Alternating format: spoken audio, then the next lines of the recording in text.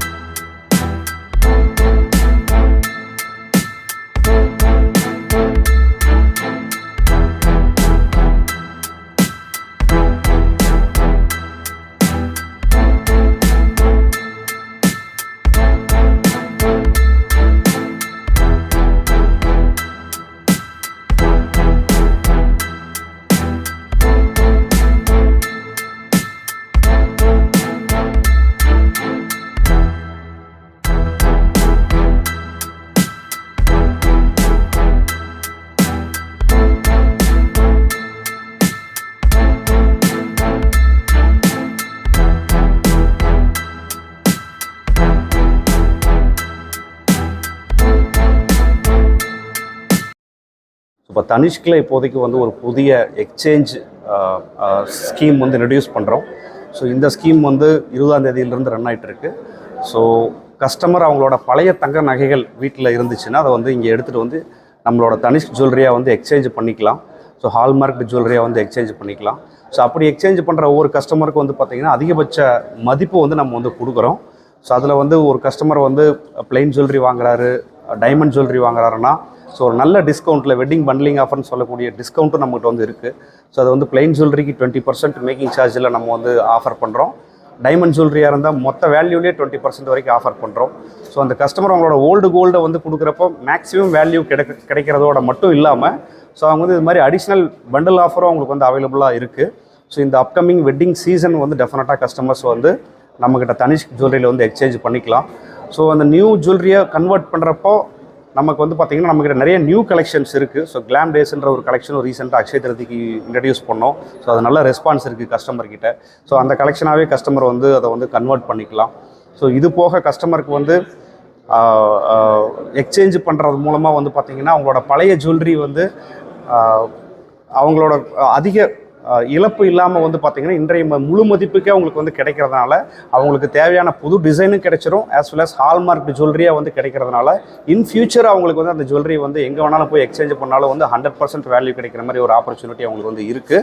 So இது இல்லாமல் நம்ம எல்லா ஜுவல்லரிலையும் கோயம்புத்தூரில் இப்போ 4 ஷோரூம்ஸ் இருக்குது. இது மேட்டுப்பாளையம் ரோடு, அப்புறம் நமக்கு ஆர்எஸ்புரம், கிராஸ்கட் அண்ட் புதுசாக ஒப்பனக்கார ஸ்ட்ரீட்டும் இருக்குது. ஸோ இங்கே இல்லாமல் கஸ்டமர் தமிழ்நாடு ஃபுல்லாகவே எங்கே வேணாலும் போய் எக்ஸ்சேஞ்ச் பண்ணலாம் தனிஷ்க் ஸ்டோர்ஸில். அது வந்து ஒரு 60 கிளைகள் இருக்குது. ஸோ அவங்க அதோடு எக்ஸ்சேஞ்ச் பண்ணிக்கிட்டு நம்மக்கிட்ட புதுசாக சேவிங் ஸ்கீம்ஸும் இருக்குது. ஸோ அவங்க வந்து கிராமேஜ் பேஸ்லேயும் கஸ்டமர் வந்து சேவிங் ஸ்கீம்ஸ் வந்து என்ரோல் பண்ணலாம். ஸோ தட் அந்த ஏறிக்கிட்டு இருக்கிற கோல்டு ரேட்லேருந்து அவங்கள வந்து ப்ரொடெக்ட் பண்ணிக்கலாம். ப்ளஸ் அவங்க வாங்குறப்போ அதுக்கு ஒரு சில பர்சன்டேஜ் டிஸ்கவுண்ட்டும் இருக்கும். அதையும் சேர்த்து அந்த பெனிஃபிட் அவங்க அவைல் பண்ணிக்கலாம். அதர்வைஸ் இன்னொரு ஸ்கீமில் வந்து அமௌண்ட்டாக மட்டும் சேவ் பண்ணிக்கிட்டு 10 மாதம் கழித்து அவங்க வந்து அந்த மெச்சூரிட்டி அப்போ அதை வந்து கஸ்டமர் சம் டிஸ்கவுண்ட்டோட பர்ச்சேஸ் பண்ணிக்கலாம். அந்த 2 விதமான சேவிங் ஸ்கீம்ஸும் நம்மக்கிட்ட இருக்குது. ஸோ கஸ்டமர்ஸ் வந்து ஒரு டிரான்ஸ்பரண்ட் ப்ராசஸ் வந்து நம்ம வந்து அந்த எக்ஸ்சேஞ்சுக்கு இங்கே ஃபாலோ பண்ணுறோம். ஸோ அந்த கஸ்டமர் தாராளமாக நம்மளை வந்து நம்பி வந்து கஸ்டமர் இங்கே வந்து வாங்கலாம். ஸோ வந்து கஸ்டமர் கண் முன்னாடியே இந்த கோல்டு ஜுவல்லரி வந்து கேரட் மீட்டரில் அப்ரைசல் பண்ணிவிட்டு தென் மெல்ட்டிங் அவங்க கண்ணு முன்னாடியே பண்ணிவிட்டு தென் வந்து ஒரு முழுமையான மதிப்பு வந்து கஸ்டமருக்கு வந்து அந்த இடத்துல வந்து கிடைக்கிற மாதிரி நாங்கள் வந்து உறுதி செய்கிறோம். ஸோ அந்த கேரட் மீட்டர் எல்லா ஷோரூம்லையும் இருக்குது. இது போக கஸ்டமர்ஸ் அவங்க வீட்டில் ஓல்டு ஏதாவது வச்சுருந்தாங்கன்னா எந்த விதமான சார்ஜும் இல்லாமல் ஃப்ரீயாகவே இங்கே வந்து ஸ்டோர்ஸில் வந்து எங்களோட எந்த ஸ்டோர்ஸ்லேயும் வந்து அவங்களோட ஓல்டு கோல்டோட பியூரிட்டி செக் பண்ணி பார்த்துக்கலாம். ஸோ தட் வந்து எவ்வளோ தான் இருக்குது அப்படின்னு சொல்லிட்டு. ஏன்னா 22 கேரட்டுங்கிறது வந்து ஒரு கேரட் 300 ரூபாய்க்கு மேலே வருது. இன்றைக்கி வந்து 22 கேரட் 1 கிராம்னு சொல்கிறப்போ ஸோ ஒரு கேரட் கம்மியாக இருந்தால் கூட கஸ்டமர் 1 கிராமுக்கு வந்து 300 ரூபாய் வந்து இழக்கிற மாதிரி இருக்குது. ஸோ அதனால் கஸ்டமர் தாராளமாக அவங்களோட பழைய ஜுவல்லரி எடுத்துகிட்டு வந்து நம்மகிட்ட ஒரு அட்லீஸ்ட் செக் பண்ணி பார்த்துக்கலாம். க்ளீன் பண்ணுறதுனால ஃப்ரீயாகவே நாங்கள் வந்து க்ளீனிங் சர்வீஸ் இதெல்லாமே பண்ணி கொடுக்குறோம். ஸோ அதுவும் வந்து அந்த ஃபெசிலிட்டி கஸ்டமர் நம்மக்கிட்ட அவைல் பண்ணிக்கலாம். சொல்கிறது கரெக்டு. பட் கோல்டு ரேட் ஒரு வகையில் நீங்கள் சொல்கிறீங்க கரெக்டு தான். பட் கோல்டு ரேட் ஏறிட்டு போகிறப்ப இப்போ இன்றைக்கி வந்து ஒரு கஸ்டமர் வந்து 1 கிராமுக்கு 6000 ரூபாய் கொடுக்குறாருன்னா நாளைக்கு 6100 ரூபாயாக மாறிச்சுன்னா எக்ஸாம்பிளுக்கு 6100 ரூபாயாக மாறிச்சு 6200 ரூபாயாக மாறிச்சுன்னா அவர் 1 கிராமுக்கு 200 ரூபாய் சேர்த்து கொடுக்கணும். பட் இதுவே ஓல்டு கோல்டாக கொடுக்குறப்போ அவர் வந்து அந்த கோல்டும் விலை சேர்த்து இருக்கிறதுனால ஏறிடுறதுனால அப்ரிஷியேஷன் ஆயிடுறதுனால அவங்களுக்கு வந்து எக்ஸ்ட்ரா பே பண்ண வேண்டிங்கிற ஒரு அவசியம் இல்லை. ஒரு கஸ்டமர் 10 கிராம் ஜுவல்லரி வாங்குறாரு, அதுக்கு அட்லீஸ்ட் ஒரு 5 கிராம் ஓல்டு கோல்டு கொடுத்தாருன்னா அந்த எக்ஸ்ட்ரா பே பண்ண வேண்டியது வந்து பார்த்திங்கன்னா அந்த அப்ரிஷியேஷனை அந்த ஓல்டு கோல்டே கொடுத்துருது, மீதி மட்டும் கொடுத்தா போதும். ஸோ அந்த ஒரு ரீசன்னால தான் வந்து ஏறிக்கிட்டு போகிற கோல்டு ரேட்டில் அவங்களோட வேல்யூ அதிகமாக கிடைக்கும். நீங்கள் கையில் என்ன கோல்டு எக்ஸ்சேஞ்ச் பண்ணுறீங்களோ அதுக்கான வேல்யூ அதிகமாக கிடைக்கிறதுனால அந்த பெனிஃபிட் கஸ்டமருக்கு தான் திரும்பி போகுது.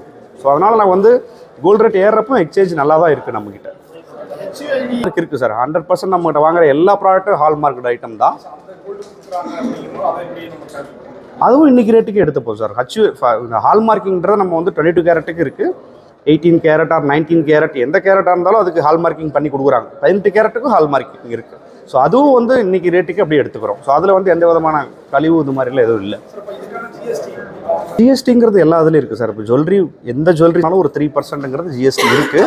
ஜிஎஸ்டி ஸ்டார்ட் பண்ணதுலேருந்தே 3% தான். அது எல்லா இடத்துலையும் இருக்குது சார். அது அப்ளிகபிள் தான். 29க்குள்ளே ஓகே மேடம். அது தெரியல. அதை வந்து எல்லாமே வந்து ஒரு ஒவ்வொருத்தின் அடிப்படையில்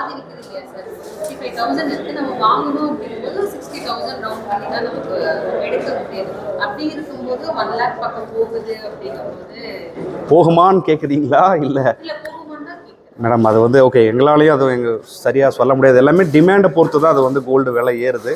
இன்னொன்று யூஎஸ் டாலர் பேஸ் பண்ணி, ஏன்னா நம்ம எல்லா கோல்டும் இம்போர்ட் பண்ணுறது வந்து யூஎஸ் டாலரை வச்சு தான் நம்ம வந்து இம்போர்ட் பண்ணுறோம்.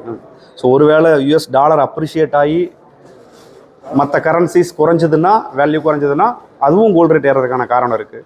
இன்னொன்று நிறைய பேர் கோல்டு வாங்கணும். அப்போ கவர்மெண்ட்ஸே கோல்டு வாங்குறாங்க. ஸோ கவர்மெண்ட்ஸும் நிறைய பேர் இன்வெஸ்ட் பண்ணுறப்போ அதில் கோல்டு இன்வெஸ்ட் பண்ணாங்கன்னா, சேஃப் இன்வெஸ்ட்மெண்ட் நினச்சி இன்வெஸ்ட் பண்ணாங்கன்னா அதனாலையும் கோல்டு ரேட் ஏறுது.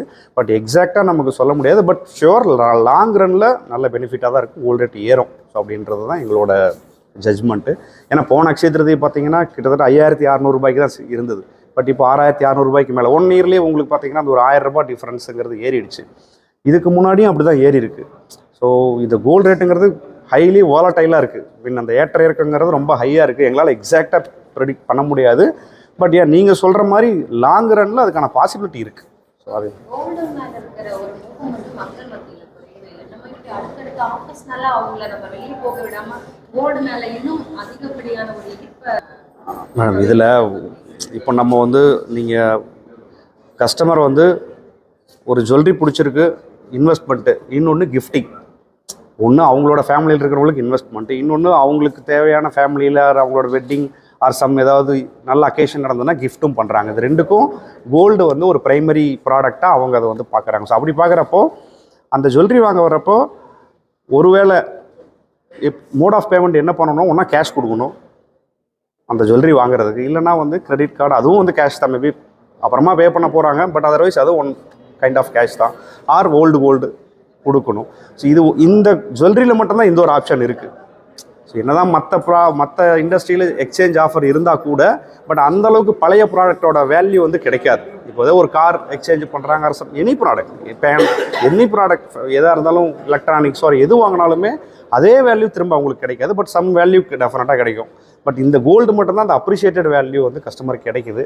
ஸோ அதனால் ஈஸியாக பழைய ஜுவல்லரி யூஸ் பண்ணாமல் வச்சுருக்காங்க அப்படின்னா அது ஏன் வந்து மாற்றிக்கூடாது? ஒரு கல்யாணத்துக்கு வாங்குறாங்க, ஒரு 50 பவுன் வாங்குறாங்க, ஒரு 10 பவுன் வாங்குறாங்க, 5 பவுன் வாங்குறாங்கன்னா ஸோ அதில் ஒரு சில ஜுவல்லரி வீட்டில் இருக்கும், யூஸ் பண்ணாமல் இருக்கும். ஸோ அதை கொடுத்து புது டிசைனாக மாற்றிக்கிறாங்க. ஸோ அந்த ஒரு இது வந்து நடக்குது நம்ம ஷோரூமில். அவங்க கஸ்டமரும் கேட்குறாங்க, ஏதாவது ஆஃபர் இருந்துச்சுன்னா பெட்டராக இருக்கும், நாங்கள் வந்து எக்ஸ்சேஞ்ச் பண்ணுற அளவுக்கு பியூர் கோல்டாக மாற்றிப்போம் அப்படின்னு. ஸோ அப்போ நாங்களும் சொல்கிறது, எப்போல்லாம் ஆஃபர் வருமோ அப்போ நாங்கள் வந்து கஸ்டமருக்கு இன்ஃபார்ம் பண்ணுறோம். ஸோ அந்த ஒரு பேசிஸில் தான் கஸ்டமர் ரெக்குயர்மெண்ட்டும் இருக்குது. ஸோ அதை நம்ம வந்து நல்ல ஜுவல்லரியாக மாற்றிக்கிறதுக்கான ஒரு ஆப்ஷன். ஸோ இதெல்லாம் தான் சேர்த்து நம்ம அதில் இருக்குது.